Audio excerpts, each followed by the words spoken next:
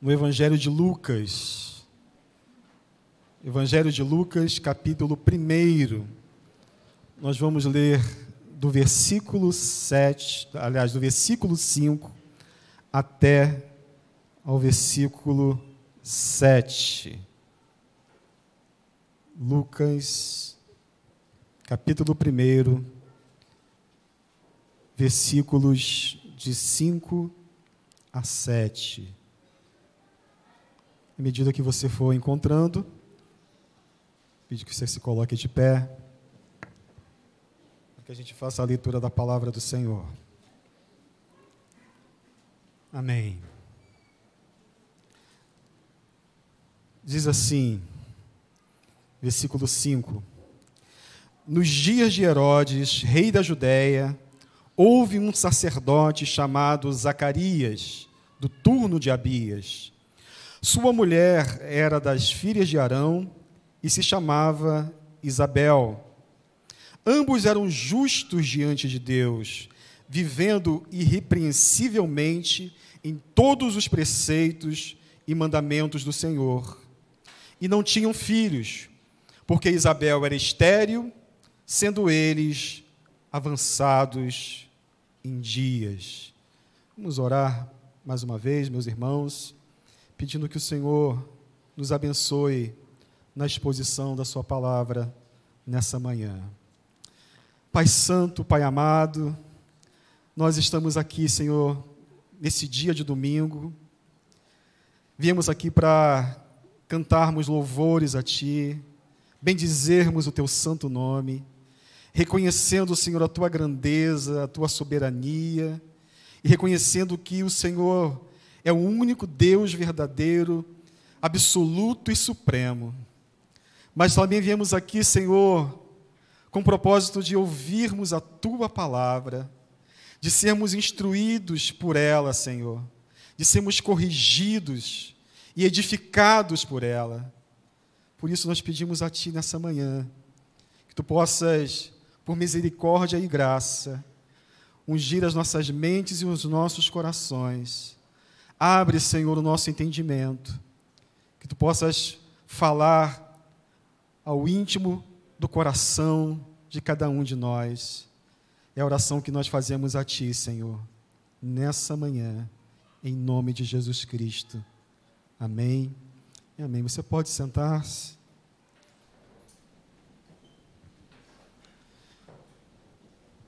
Como eu falei, esse é o Evangelho de Lucas.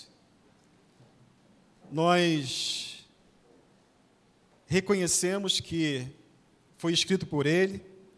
Aliás, todos os estudiosos, ou na sua grande maioria, reconhecem que este Evangelho, de fato, foi escrito por Lucas. Lucas, também conhecido como o médico amado. E a tese de sua autoria, ela é confirmada desde o século II da era cristã.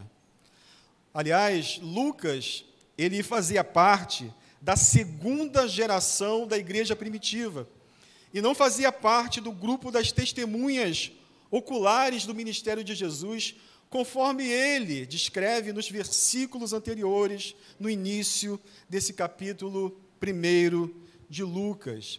Aliás, Lucas, inicialmente, ele descreve que ele faz essa narrativa, ou essa narração, em ordem e de forma coordenada, a partir de várias investigações que ele faz de forma meticulosa a respeito dos fatos que, naquela ocasião, havia ocorrido. Lucas, ele escreve este evangelho para mostrar que a sua mensagem é para todos, não somente para os judeus, mas também para os gentios.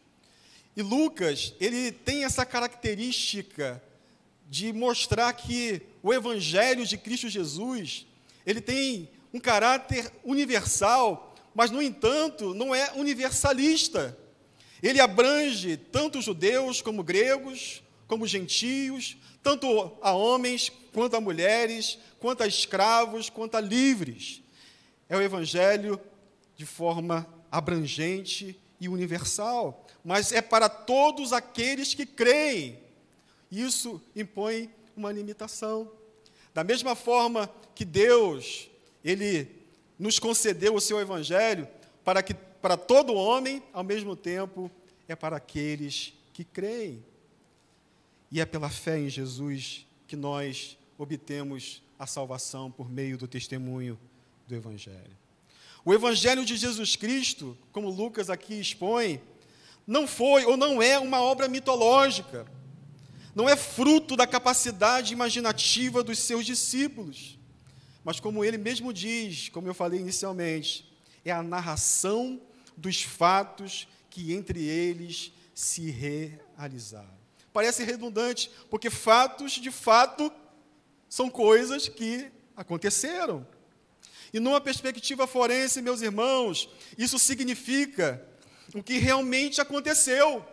Lucas está descrevendo aqui o que aconteceu, não é algo que partiu da sua mente imaginativa, nem tampouco dos relatos dos discípulos de Jesus, de uma forma fabulosa, como se fosse uma fábula ou algo que não tivesse acontecido, mas que de fato aconteceu. Ele usa aqui um termo que eu acho interessante, que ele diz que os fatos foram relatados por aqueles que desde o princípio foram testemunhas oculares. E como eu falei na exposição de Atos, algumas semanas atrás, essa expressão oculares, no original, traz a ideia de alguém que viu com os próprios olhos. E a palavra grega aqui utilizada por Lucas é autóptes, e quer dizer visto com os próprios olhos, uma testemunha ocular. E é também um termo médico. Interessante que Lucas era médico. Ele era reconhecido como médico amado. E a mesma palavra é a que dá origem à palavra autópsia, que significa um exame detalhado. Então, Lucas aqui ele se preocupa em trazer e fazer uma narrativa absolutamente fidedigna das coisas que tinham acontecido, do evangelho que tinha sido testemunhado pelos apóstolos de Jesus, daqueles que viram com os próprios olhos o ministério e a obra do Senhor Jesus Cristo. A análise e descrição dos fatos são desde a sua origem, diz Lucas, ou seja, não deixando nenhuma lacuna ou margem para dúvidas, mas para plena certeza das verdades que são expostas nesse Evangelho. E a primeira coisa aqui que Lucas, o autor dessa epístola, ou desse Evangelho, faz é estabelecer uma conexão entre os fatos que se realizaram e o tempo em que os mesmos se efetivaram. O versículo 5 que nós lemos, diz que ele começa dizendo o seguinte: nos dias de Herodes, rei da Judéia.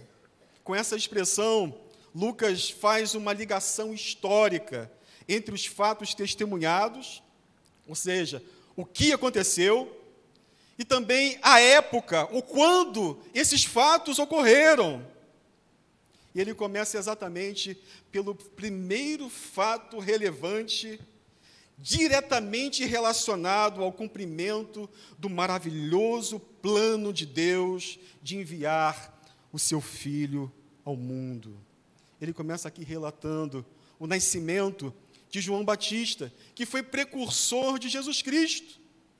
Ele fala aqui, meus irmãos, da esperança, da promessa de Deus, de um Messias e de um Salvador, que começa a se materializar-se no tempo e no espaço, e numa geografia específica na região da Judéia. Ele diz, nos dias de Herodes, rei da Judéia. O relato, meus irmãos, da anunciação e da miraculosa concepção e nascimento de João Batista, ele se dá quase que simultaneamente com a anunciação também extraordinária e mais assombrosa ainda, que foi a concepção de Jesus Cristo de Nazaré. quando Zacarias estava diante do altar de incenso, um anjo, Gabriel, se apresenta diante dele. Isso 6 meses antes do mesmo anjo, Gabriel, se apresentar diante de Maria e dizer que o Espírito Santo viria sobre ela e sobre ela repousaria e assim seria gerado o Filho de Deus. Lucas começa a sua exposição narrando sobre o tempo e as circunstâncias em que tais fatos se desenvolveram. E ele diz que foi nos dias de Herodes. Lucas aqui, meus irmãos, ele procura fazer uma conexão com fatos históricos, com pessoas históricas. E o nome que ele utiliza aqui era exatamente quem estava reinando sobre a Judéia naquele período. Herodes. Nos dias de Herodes. Mas, meus irmãos, quem foi Herodes? Herodes era um termo utilizado por uma dinastia familiar, mas aqui está se referindo a Herodes o Grande, filho de Antípatre, da Idumeia, que foi nomeado rei da Judéia em 40 a.C. e tomou posse em 37 a.C. Os estudiosos afirmam que ele era um homem corajoso e habilidoso na guerra, era instruído e sagaz, mas também era um homem extremamente desconfiado e cruel. Herodes morreu aos 70 anos de idade, no 37º ano do seu reinado. E João Batista e Cristo nasceram exatamente durante os últimos anos do seu reinado. No Evangelho de Mateus, nós vemos a narrativa de que Herodes ordenou que todas as crianças, todos os meninos, abaixo de 2 anos, fossem mortos na cidade de Belém. Os dias de Herodes, meus irmãos, foram, portanto, os dias de extremas crueldade e violência. Os dias de Herodes, meus irmãos, foram dias onde a liberdade não podia ser vivenciada pelo povo de Israel. Muito pelo contrário, Israel estava debaixo de um governo despótico. Mesmo vivendo em seu território, a nação de Israel experimentava o gosto amargo de uma nação subjugada pelo Império Romano. Israel estava submetido politicamente, o povo estava sendo sobrecarregado por altas taxas e impostos, fato que corroborava para uma indisposição cada vez maior contra o governo desse homem cruel. Herodes, como eu falei, era sagaz, era uma pessoa desconfiada, cruel, violenta. Ele tinha uma obsessão pelo poder, obsessão essa que o levou a atos extremamente cruéis. E isso contra todos aqueles que se opunham ao seu governo ou ameaçavam a sua posição e seu status. Herodes não somente ordenou o extermínio de crianças de Belém, menores de 2 anos, como também matou a sua própria esposa, Mariane, e os 2 filhos que tivera com ela. Herodes era um homem cruel. Esta, meus irmãos, é uma conexão histórica que Lucas aqui nos faz e que nos permite compreender também quais eram os panoramas políticos, sociais e religiosos em que esses fatos narrados por ele se desenvolvem. O tempo em que o Messias se manifestaria ao mundo foi um tempo de opressão política e de injustiça social. A sociedade estava sobrecarregada de impostos, era explorada e dominada pelo governo e pela cultura de Roma. Os dias de Zacarias e Isabel foram dias difíceis, e foram dias difíceis também do ponto de vista religioso.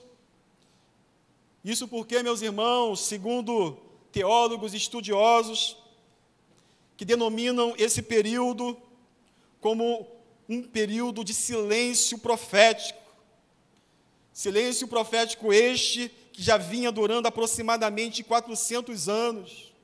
Ou seja, de Malaquias, último dos profetas, até João Batista, nenhum profeta havia sido levantado por Deus como a sua voz ao povo de Israel. No entanto, meus irmãos, o que nós vemos aqui nessa passagem é que este silêncio estava sendo quebrado com o nascimento de João Batista, a voz que clamava do deserto, que desafiava o povo ao arrependimento e a voltar-se para Deus. O homem que foi considerado pelo próprio Jesus como o maior dentre aqueles nascidos de mulher. Deus quebra o silêncio e visita o seu povo Israel. O seu nascimento foi mais um daqueles acontecimentos que a gente poderia dizer assim como um acontecimento improvável. Daqueles acontecimentos que somente Deus pode proporcionar em sua autoridade, poder e soberania. O texto, meus irmãos, desse sermão trata exatamente desses fatos concernentes ao nascimento de João Batista. Lucas descreve o drama de Zacarias e Isabel, que embora fossem ambos de linhagem sacerdotal, porque o texto diz que eles viviam nos dias de Herodes, e naqueles dias houve um sacerdote chamado Zacarias, que era casado com Isabel, que também descendia da linhagem de Arão. Ambos de linhagem sacerdotal. E o texto também diz que, embora fossem justos diante de Deus e vivessem de forma íntegra e irrepreensível em todos os preceitos e mandamentos do Senhor, eles tinham uma particularidade: não tinham filhos. Apesar de serem sacerdotes, apesar de viverem uma vida de integridade, de andarem segundo os mandamentos e preceitos do Senhor, não tinham filhos. Aliás, meus irmãos, este deve ter sido um grande drama na vida desse casal. Talvez eles tenham tentado anos e anos realizarem o desejo de gerar pelo menos um filho. E também de superarem um estigma social, de envelhecerem sem terem gerado um filho. Isso porque, meus irmãos, culturalmente, segundo a cultura judaica, ter um filho representava a materialização da bênção de Deus. E na perspectiva da sociedade, provavelmente, ao olhar para a vida daquele casal, já envelhecendo, provavelmente o olhar era um olhar, de certa forma, duvidoso, crítico, provavelmente julgando, provavelmente pensando que aquele casal estava vivendo uma vida de pecados.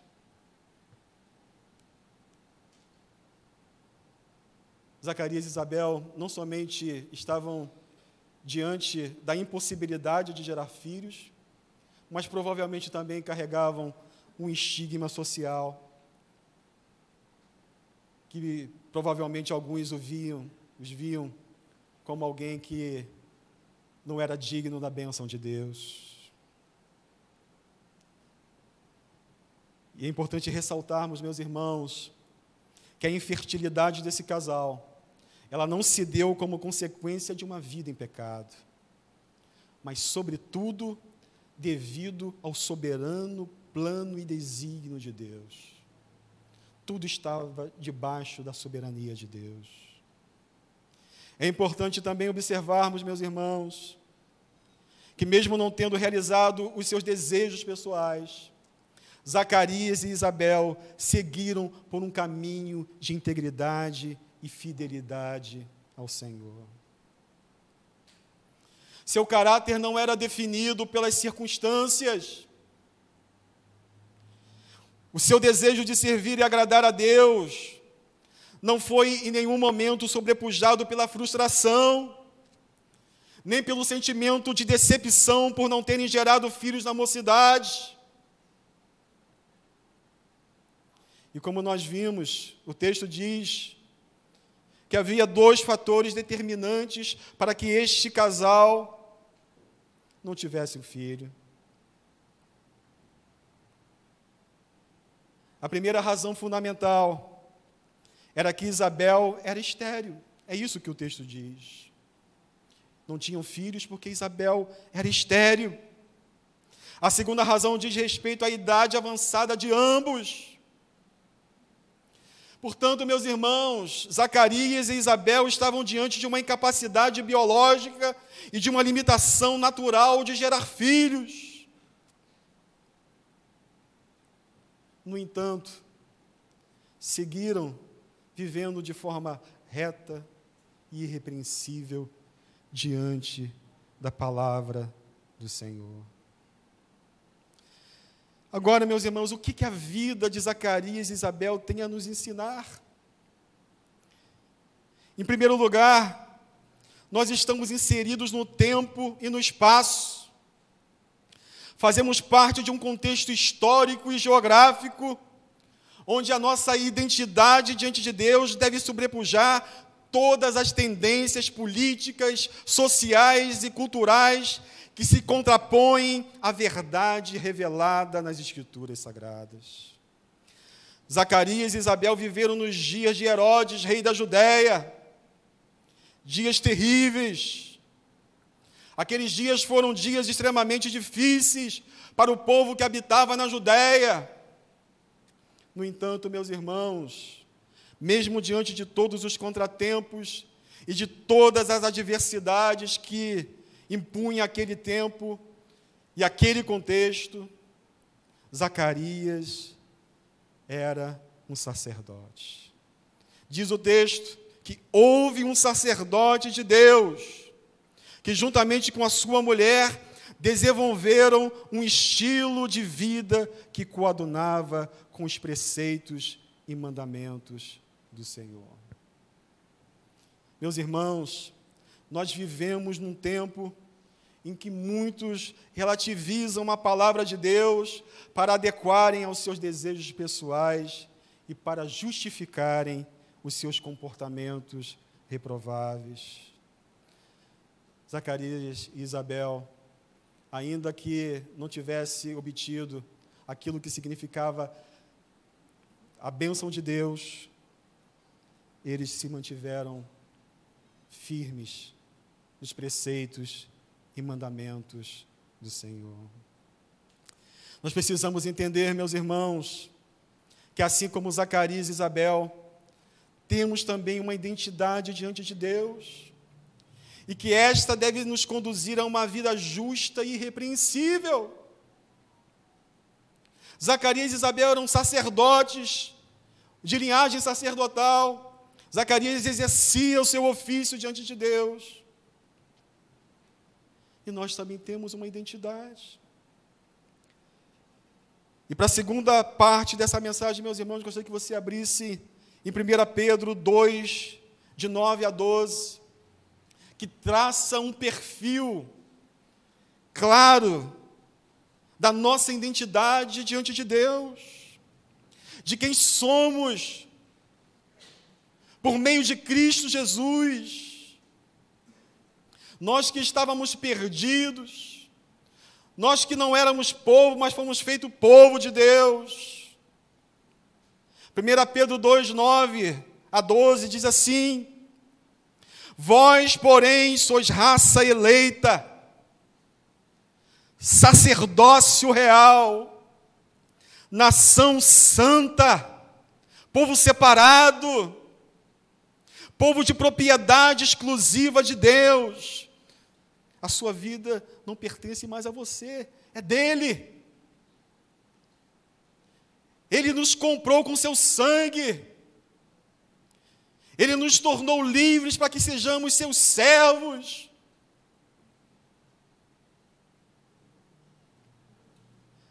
A fim de proclamardes as virtudes daquele que vos chamou das trevas para a sua maravilhosa luz. Vós sim que antes não eres povo, mas agora sois povo de Deus. Que coisa linda. Nós temos uma identidade. Nós não éramos povo,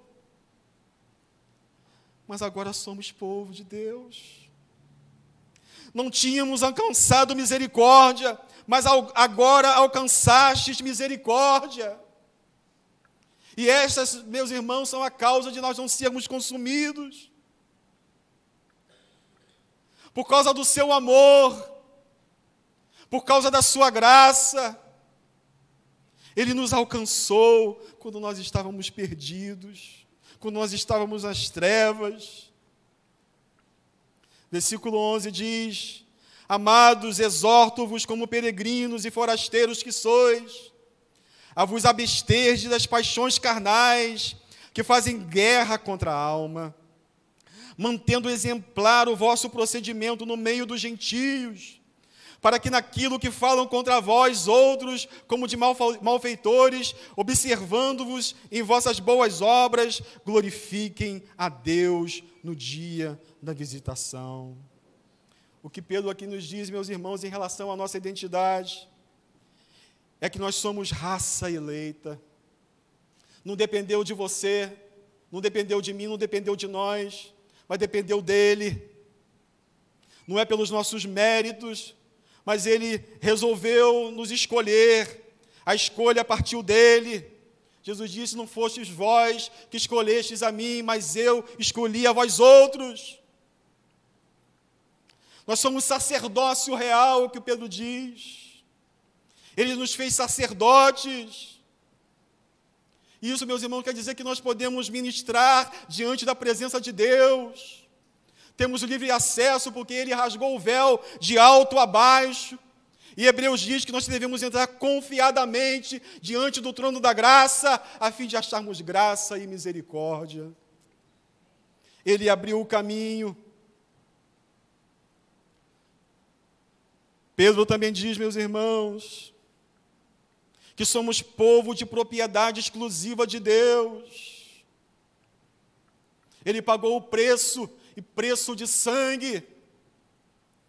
Éramos escravos do pecado, Ele nos libertou para fazermos doulos, escravos dEle, servos dEle. E quanto mais servos nós somos, mais livres nos tornamos.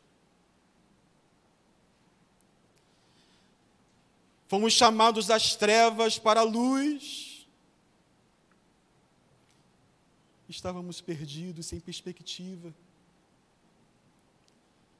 Mas Ele iluminou os nossos olhos. Estávamos cegos.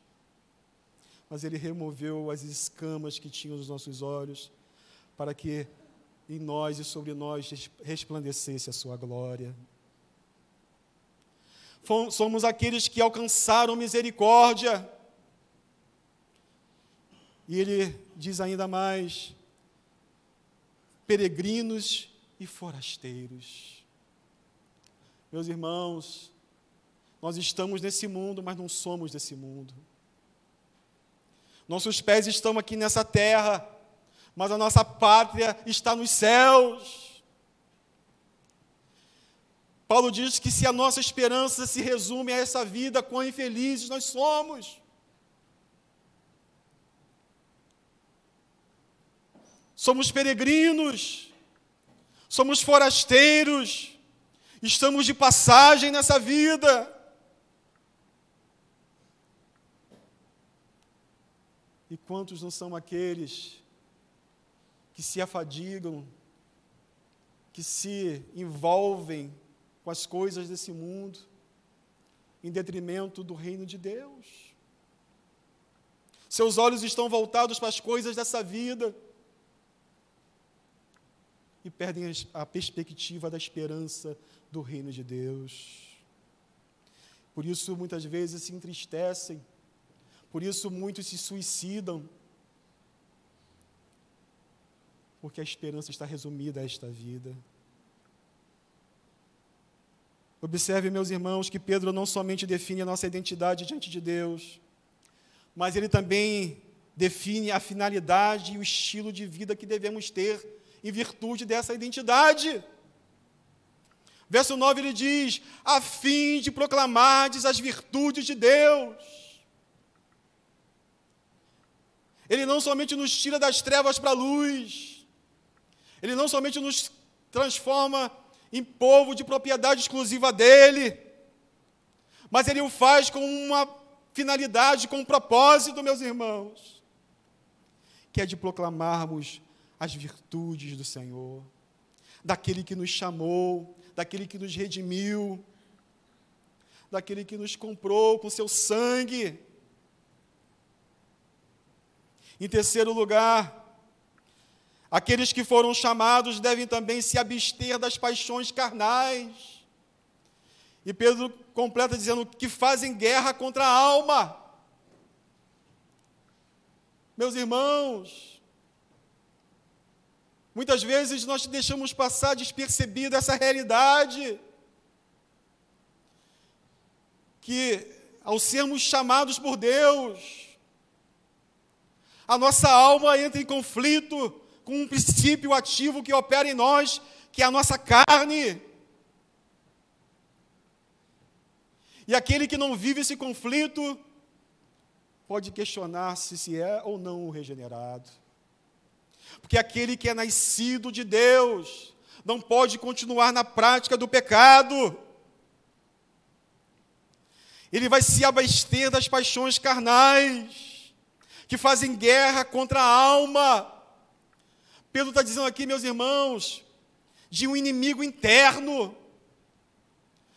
Muitas vezes nós atribuímos a responsabilidade pelos nossos erros, nossos fracassos e os nossos insucessos ao diabo ou qualquer coisa externa. E nos esquecemos desse princípio ativo que Paulo denomina de concupiscência da carne.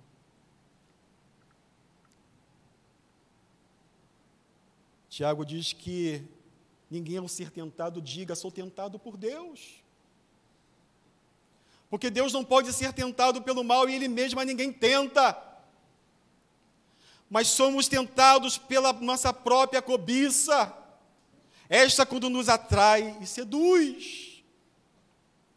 Os nossos inimigos não são externos, ou os nossos maiores inimigos não são externos, mas são internos.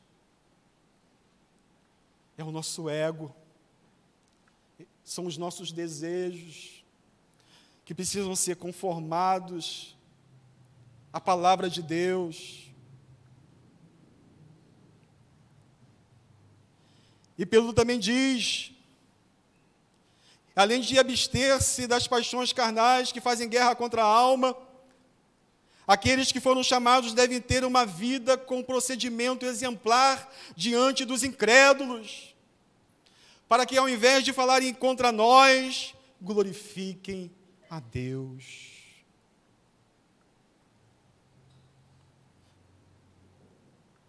Zacarias e Isabel, eles não se submeteram a uma hipocrisia, nem à corrupção religiosa sacerdotal da sua época. Zacarias e Isabel são a antítese daquilo que preconizam a teologia da prosperidade, que diz que você tem que ser feliz, que você, alcançando aquilo que você deseja, você vai ser pleno e realizado. É a antítese também da confissão positiva ou do triunfalismo religioso. Vão totalmente contra aqueles que medem o nível espiritual pela quantidade de bênçãos recebidas. Vai totalmente contra aqueles que confundem salvação com sucesso pessoal.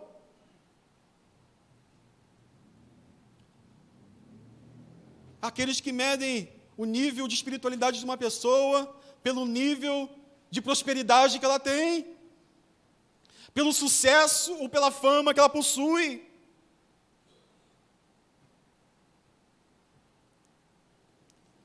Vamos à aplicação, meus irmãos. E já estamos encerrando. Em primeiro lugar, nós precisamos entender que uma vez purificados pelo sangue de Cristo, somos conduzidos à comunhão plena com Deus. Somos feitos sacerdotes, a fim de que nossas vidas sejam integralmente dedicadas a Ele.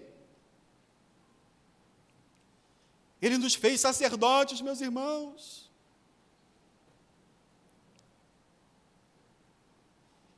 E Ele nos fez sacerdotes pelo sangue do Cordeiro, que abriu esse caminho.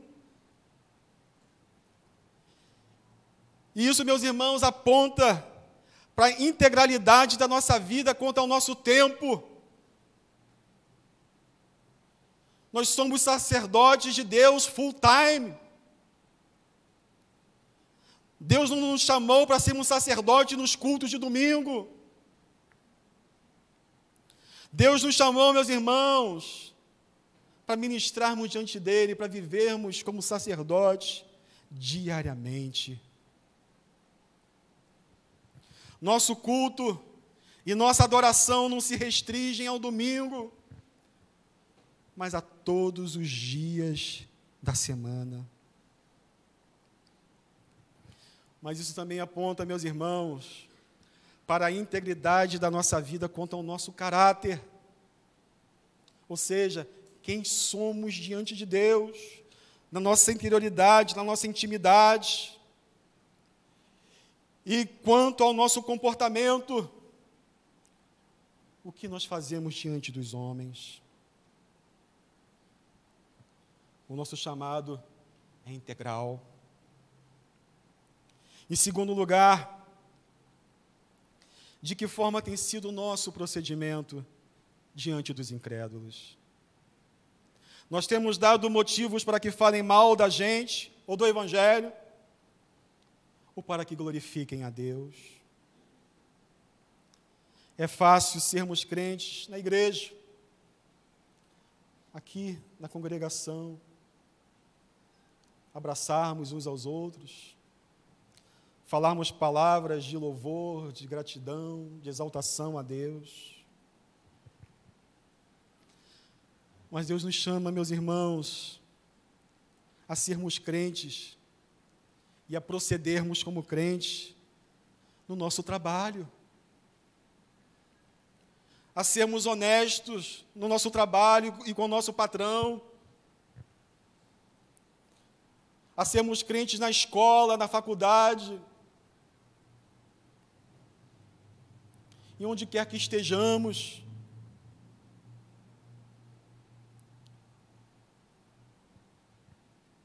Em terceiro lugar, de que forma nós lidamos com a frustração? De que forma nós lidamos com a decepção? Quando os nossos sonhos e desejos pessoais não acontecem, ou não acontecem naquele tempo que nós imaginamos que deveria acontecer. Qual tem sido a nossa motivação? As bênçãos de Deus ou o Deus da bênção? Nós servimos e amamos a Deus por quem Ele é ou por aquilo que Ele pode nos proporcionar? Meus irmãos, Zacarias e Isabel passaram praticamente toda a sua vida sem a realização daquilo que seria o maior sonho da vida deles. No entanto, eles seguiram firmes, de forma irrepreensível, em todos os preceitos e mandamentos do Senhor.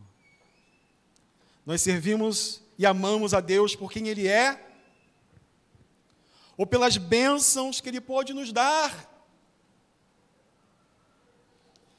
Um dos sinais mais significativos de que amamos a Deus não é se nós usamos jargões evangélicos ou palavras que demonstrem a nossa religiosidade ou a nossa piedade. Nem tampouco, meus irmãos, se nós cumprimos cabalmente todos os rituais litúrgicos, mas se guardamos os seus mandamentos. Em João 14, 21, o Senhor Jesus diz: aquele que tem os meus mandamentos e os guarda, esse é o que me ama. E aquele que me ama será amado por meu Pai, e eu também o amarei e me manifestarei a Ele. Esse é o sinal mais significativo de que amamos ao Senhor. Zacarias e Isabel, de linhagem sacerdotal, não teve a realização dos seus sonhos ali de forma imediata. Imaginávamos que isso, de repente, nem fosse acontecer. Mas seguiram fiéis. Viveram de forma justa e irrepreensível diante de todos os preceitos e mandamentos do Senhor. Aquele que tem os meus mandamentos e os guarda, esse é o que me ama. E a palavra grega aqui para guarda é tereo, e significa atender cuidadosamente. Observar, manter algo ou alguém no estado em que está, sem distorções, sem adaptações, sem tornar conveniente aquilo que eu acho certo ou errado. A palavra de Deus é absoluta. E é ela que deve dirigir os nossos passos e conduzir as nossas vidas. Que a gente possa tomar esse exemplo de Zacarias e Isabel, que mesmo diante de um tempo de tanta incerteza, de violência, onde governante mandava matar crianças pequeninas, indefesas, nós também vivemos num tempo, ainda que os governantes não façam isso de forma explícita, há uma autorização em várias partes desse mundo para que crianças indefesas sejam assassinadas dentro dos seus próprios ventres maternos. Os dias são maus e a tendência é piorar. E nós seremos como Zacarias e Isabel? Ou, diante da frustração ou decepção dos nossos sonhos não serem realizados, nos revoltamos contra Deus, andamos de igreja em igreja atrás de bênçãos? Tem gente que se revolta contra Deus, como se Deus fosse obrigado a satisfazer todos os nossos desejos, caprichos e vontades. Deus é soberano. Ele faz tudo de acordo com a sua soberana vontade. Amém? Vamos nos colocar de pé e vamos orar. Que Deus tenha misericórdia das nossas vidas e que a gente possa viver esse sacerdócio que Cristo nos proporcionou por meio da sua morte, do seu sangue derramado na cruz, rasgando o véu que é a sua própria carne, de alto a baixo, para que pudéssemos viver diante da presença do Deus Altíssimo, Santo e Poderoso. E que a nossa vida seja para a sua glória, e que proclamemos a virtude ou as virtudes daquele que nos chamou das trevas para a sua luz. E que a nossa vida seja motivo não para que outros falem mal, mas para que glorifiquem ao nosso Deus que está nos céus. Feche os seus olhos e vamos orar ao nosso Pai Celestial. Senhor, nós te agradecemos por essa manhã, pela tua palavra, Senhor, que é viva, e que ela possa produzir em nós os frutos necessários para que a nossa vida seja conformada à imagem do seu Filho, e que a nossa vida possa ser motivo de honra e glória para o teu santo nome. Abençoa, Senhor, cada irmão e cada irmã que está aqui nessa manhã, e também aqueles que nos acompanham pela internet. Estende tuas mãos sobre nós, tuas mãos de graça e de misericórdia, pois precisamos do Senhor a cada dia e a cada instante das nossas vidas. Nós oramos em nome de Jesus Cristo. Amém.